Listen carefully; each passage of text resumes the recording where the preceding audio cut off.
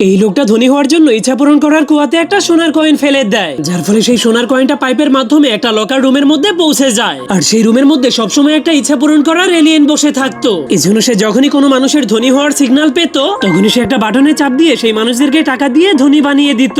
এরপর একটা ছেলে তার প্রথম ভালোবাসাকে খোঁজার জন্য একটা সোনার কয়েন নিয়ে সেই কুয়ার সামনে চলে আসে। এমনকি একটা মেয়েও সেখানে কয়েন নিয়ে চলে আসে। আর সেই মেয়েটারও ইচ্ছা ছিল সে তার ভালোবাসাকে খুঁজে বের করবে। এজন্য তারা দুইজনই একসঙ্গে সেই কুয়ার মধ্যে তাদের কয়েনগুলোকে ফেলে দেয় আর তাদের ইচ্ছা পূরণ হওয়ার জন্য অপেক্ষা করতে থাকে। এজন্য যখনই সেই ইচ্ছা পূরণের এলিয়েনটা তাদের দুজনের ভালোবাসার সিগন্যাল পায়, তখনই সে জলদি করে ভালোবাসার বাটনে চাপ দিয়ে দেয়, যার ফলে যখনই সেই ভালোবাসাগুলো পাইপের ভেতর দিয়ে বাইরে যেতে শুরু করে, তখনই সামনে থেকে দুইটা কয়েন তাদের রাস্তা আটকে দেয়, যার কারণে হঠাৎ করে সেখানে বিপদের ঘন্টা বেজে ওঠে। এজন্য ইচ্ছা পূরণের এলিয়েন বাইরে তাকালে দেখতে পায় তারা দুইজন তাদের ভালোবাসাকে খুঁজে না পেয়ে মন খারাপ করে সেখান থেকে চলে যাচ্ছে। এজন্য সে জলদি করে নিজেই তাদের ইচ্ছা পূরণ করার জন্য মাটির নিচ থেকে বাইরে বের হয়ে আসে। এরপর ইচ্ছা পূরণের এলিয়েনটা তাদের দুইজনকে একসঙ্গে মিলিয়ে দেওয়ার জন্য অনেক চেষ্টা করতে শুরু করে দেয়, কিন্তু এত চেষ্টার পরেও কোনো লাভ হচ্ছিল না। এজন্য তখনই সেই এলিয়েনটা তার মাথার বুদ্ধি খাটিয়ে একটা সোনার কয়েনকে নিয়ে সেই কুয়ার মধ্যে ফেলে দেয়, যার ফলে সেই কয়েনটার মাধ্যমে সেই আটকে থাকা পাইপটা খুলে গেলে সেখান থেকে সেই ভালোবাসাগুলো বাইরে বের হয়ে আসে। এরপর তারা সেই দুই ছেলে মেয়েকে সেই কুয়ার সামনে টেনে এনে তাদের দুইজনকে মিলিয়ে দেয়।